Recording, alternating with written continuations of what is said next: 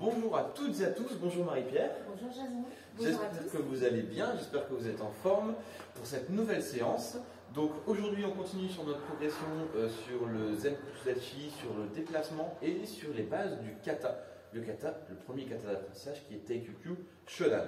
Comme d'habitude, à chaque début de séance, on va commencer par quoi Marie-Pierre? Un petit échauffement. Un salut Et d'abord. un petit salut. Salut, Mais elle a raison Marie-Pierre, on va faire un petit échauffement. Allez, les pieds en V. Muzobidachi, les bras le long du corps, on regarde devant soi et au signal, on s'incline légèrement. Otogen, on s'incline, on se redresse.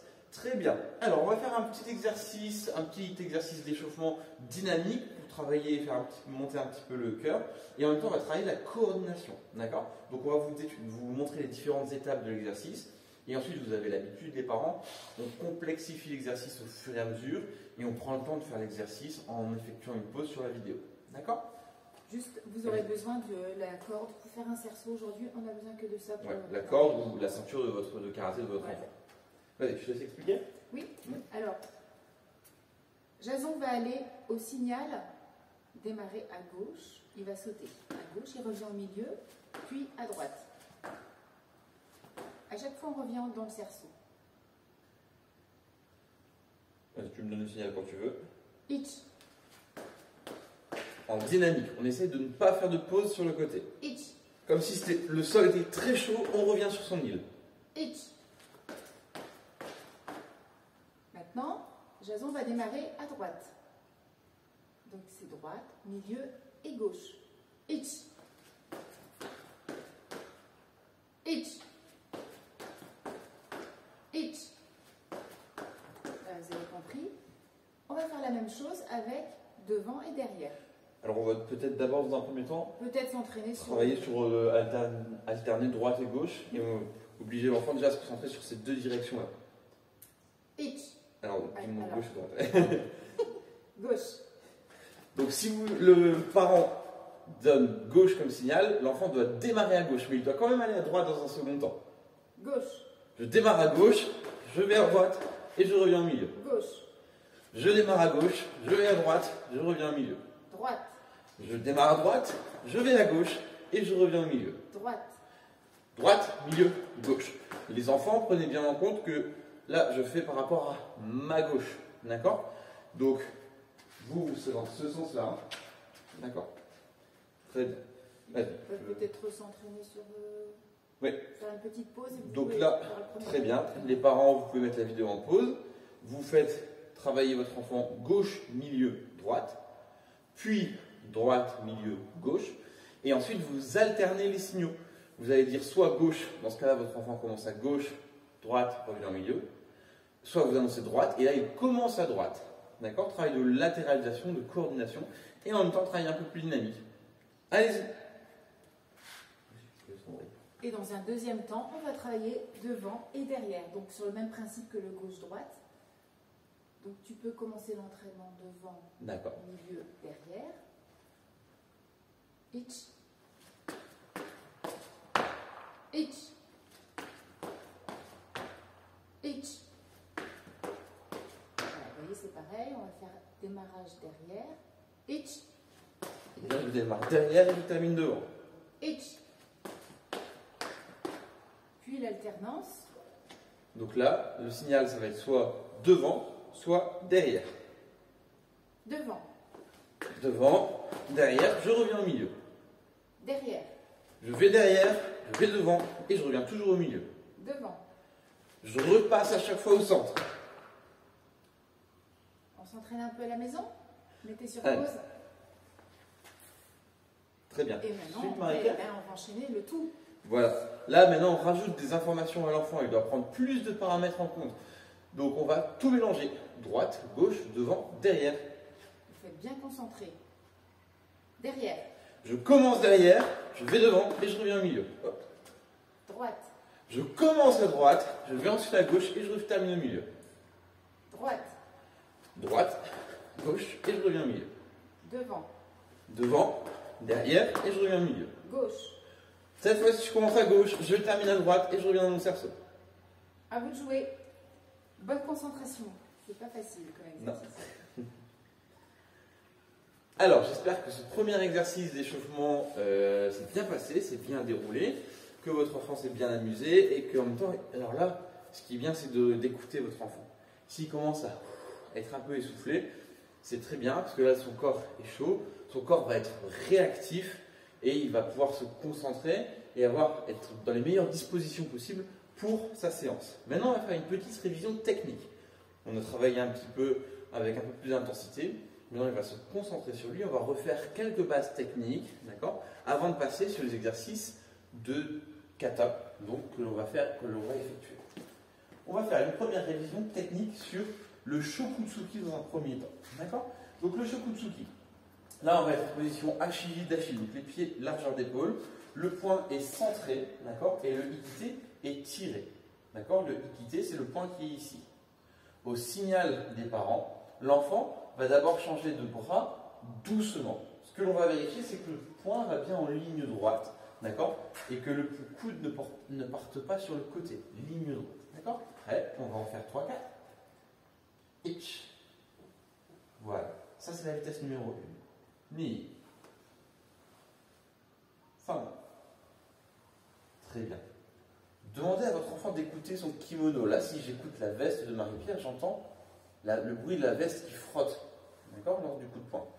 Maintenant, on va jouer un petit peu avec l'imaginaire de l'enfant et on va lui dire, voilà, t'es comme dans une voiture, ça c'était la vitesse 1, maintenant tu vas enclencher la vitesse 2, il faut aller un petit peu plus vite. Prête, Marie-Pierre? 1, 2, 3. Voilà, si la technique n'est pas dégradée, que le mouvement est toujours correct, vous continuez l'exercice et on va pouvoir passer donc à la vitesse numéro 3. Où là on lui dit c'est la vitesse de la lumière, c'est flash, c'est un éclair, ça va faire du feu tellement tu vas vite. Prête Marie-Pierre? Vous avez compris l'idée. D'accord? Yamé. Donc, 3 vitesses, une vitesse lente, une vitesse moyenne et la vitesse de la lumière. D'accord? Où là l'enfant il doit aller le plus vite possible. Toujours avec un bon mouvement. Si l'enfant commence à déformer le mouvement, à aller vers l'avant, à bouger, à tourner les épaules, la tête, c'est pas bon. Il a un point A, fixe, un point B. Il n'y a que les bras qui ont bougé, le corps n'a pas bougé. Pam, on ne bouge pas. Et surtout les épaules ne balancent pas pendant le coup de poing.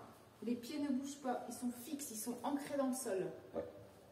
Les parents, je vous laisse mettre la vidéo en pause et puis on va tout de suite passer sur une deuxième technique. Gedenbarai. Ouais. Donc là, on va passer sur le Gedenbarai. Alors, si Marie-Pierre prend sa position de tout à l'heure du Shokutsuki, le Gedenbarai, Gedan, ça veut dire bas en japonais. Là, elle est sur un niveau Shudan, d'accord. Elle va passer sur un niveau Gedan. Voilà. Le niveau Gedan est plus bas, d'accord. Donc, cette fois-ci, on va faire un petit éducatif d'abord à vitesse 1, comme on a fait pour le Shokutsuki, où là, on va travailler d'abord sur un premier temps sur l'armement, d'accord. 1, 2, très bien, voilà. 1, on monte à l'oreille, 2, donc c'est bien le point qui a la hanche qui vient à l'oreille. 1, 2, 1, 2, très bien. Prenez bien le temps pour cette étape-là, c'est une technique compliquée pour les enfants parce que c'est le bras droit qui va à gauche avant de redescendre et en même temps l'autre bras vient derrière. C'est une technique très compliquée qui demande beaucoup de coordination, donc insistez bien sur cette vitesse numéro 1. Une fois qu'elle est sur la vitesse numéro 1, il n'y a plus trop d'erreurs. On passe à la vitesse numéro 2. Prêt? 1, 2, 3. Très bien. Et vous avez compris le principe.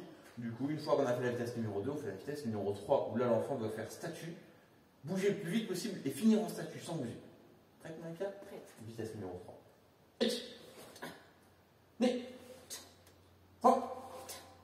Très bien, Marie-Pierre. Yamé. Voilà. Les parents, je vous laisse travailler avec votre enfant. Stimulez-le, amenez-le à être rigoureux avec lui-même, avec sa technique, c'est très important. D'accord? Plus il va apprendre à être rigoureux là, plus ce sera facile par la suite. Juste mise en position pour le moment. Voilà, mise en position. On va finir de travailler dans le cerceau la position Zenkutsu qu'on avait déjà bien travaillé la semaine dernière. On va faire uniquement les jambes cette semaine. vous allez comprendre pourquoi, ça se complexifie un petit peu. Donc on fait toujours un démarrage vers la gauche, vers notre gauche à nous, bien sûr. Oui. Donc Jason va se mettre en zen. On a les bras qui sont le long du corps, ou posés sur les hanches, comme vous voulez. Et il va avancer. Cette fois, donc je sors du cerceau. On contrôle toujours, bien sûr, qu'on a la bonne position. On a les pieds au sol, le genou avant fléchi, la jambe arrière tendue, les épaules droites et on n'est pas penché en avant. Jason, tu reviens dans le cerceau. Donc là, regardez, mon pied qui est en dehors du cerceau va revenir dans le cerceau. Je suis dans le cerceau et je peux venir ici. D'accord? C'est-à-dire qu'il n'y a que 2 déplacements de pied. Pied gauche, pied droit, et mon pied droit revient tout de suite dans le cerceau. On va refaire un gauche. Je sors mon pied gauche. Je me mets en position correcte. Mon pied droit est toujours dans le cerceau. Je ne suis pas pressé. Souvent, votre enfant va se précipiter sur le deuxième pas. Non. J'ai d'abord ce premier temps et j'attends le deuxième signal. Où là, je sors du cerceau. Je retrouve la même position. Et on revient dans le cerceau. Et le troisième signal, c'est le retour dans le cerceau. Vous avez vu, je pose mon pied dans le cerceau et je reviens. D'accord? Au début, votre enfant il va avoir tendance à regarder derrière lui pour replacer son pied dans le cerceau. D'accord? Au début, laissez-le regarder et ensuite essayez de lui faire travailler l'exercice sans qu'il ne regarde derrière lui. C'est-à-dire que là, on va faire l'exercice. Vas-y, Marie-Pierre, tu donnes le signal. Je mets mon pied dans le cerceau. Là. Votre enfant, instinctivement, au début, va regarder. D'accord? Laissez-le regarder au début. Et ensuite, forcez-le à venir travailler en replaçant le pied dans le cerceau sans regarder. D'accord? Comme ça, lui, il comprend qu'il doit déformer le moins possible le mouvement. S'il glisse, s'il fait des petits pas parasites, il n'y arrivera pas. On va faire un mauvais exemple.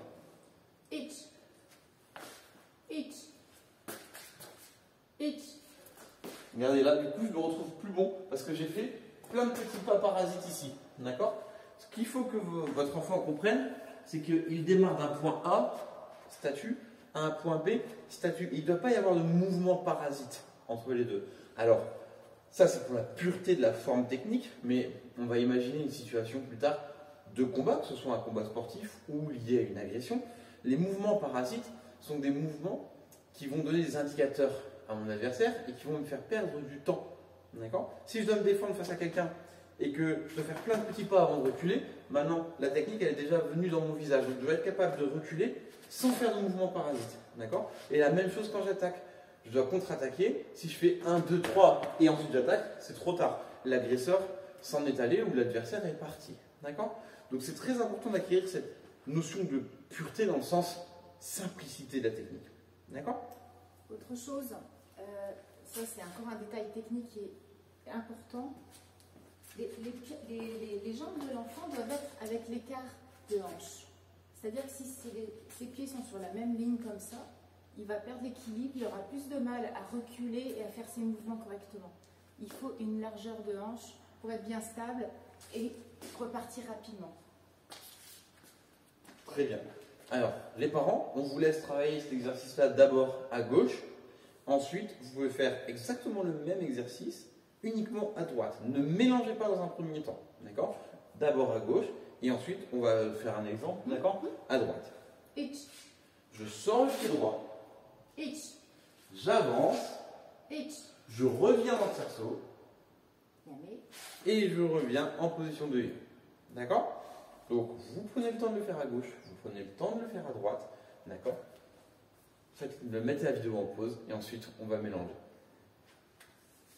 Le niveau augmente. Hein. On enchaîne? On enchaîne. Allez. Donc, je te dis gauche pour démarrage à gauche. Voilà, droite c'est ça. pour démarrage à droite. Droite.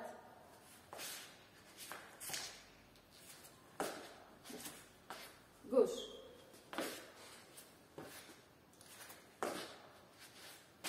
Gauche.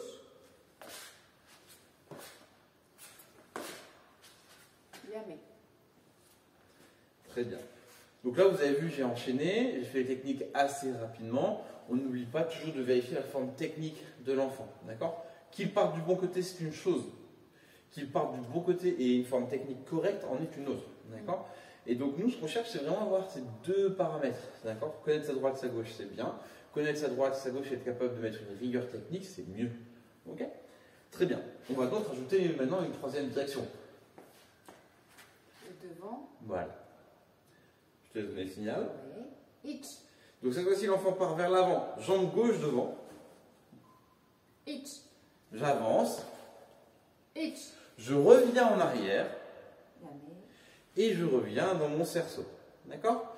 Donc, j'ai commencé jambe gauche, j'ai fait la jambe droite, et ensuite je pars vers l'avant. Et donc ça fait gauche, droite, gauche, c'est ma jambe gauche qui part vers l'avant. D'accord? Donc on va en refaire un exemple. Hitch. Toujours pas de bras, je démarre jambe gauche devant. Hitch. J'avance. Hitch. Je reviens dans mon cerceau, mon pied est dans le cerceau. D'accord? J'ai pas regardé, mais je sais que mon pied est dans le cerceau. Jamais. Et je reviens. D'accord? Très bien. On lui laisse faire l'exercice tranquillement chez eux. Allez-y, bon courage. Et on attaque la troisième étape. Derrière. Non, non, c'est pas ça, c'est pas derrière. Bah, mélanger les. Ah, mélangeons. Gauche, droite, devant. Prêt, Jason? Oui. Droite.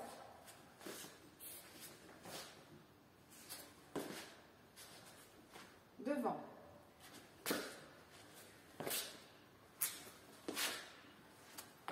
Gauche.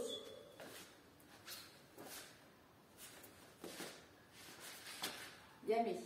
J'ai vu que tu avais une hésitation pour le Ok. Alors, Sur l'avant.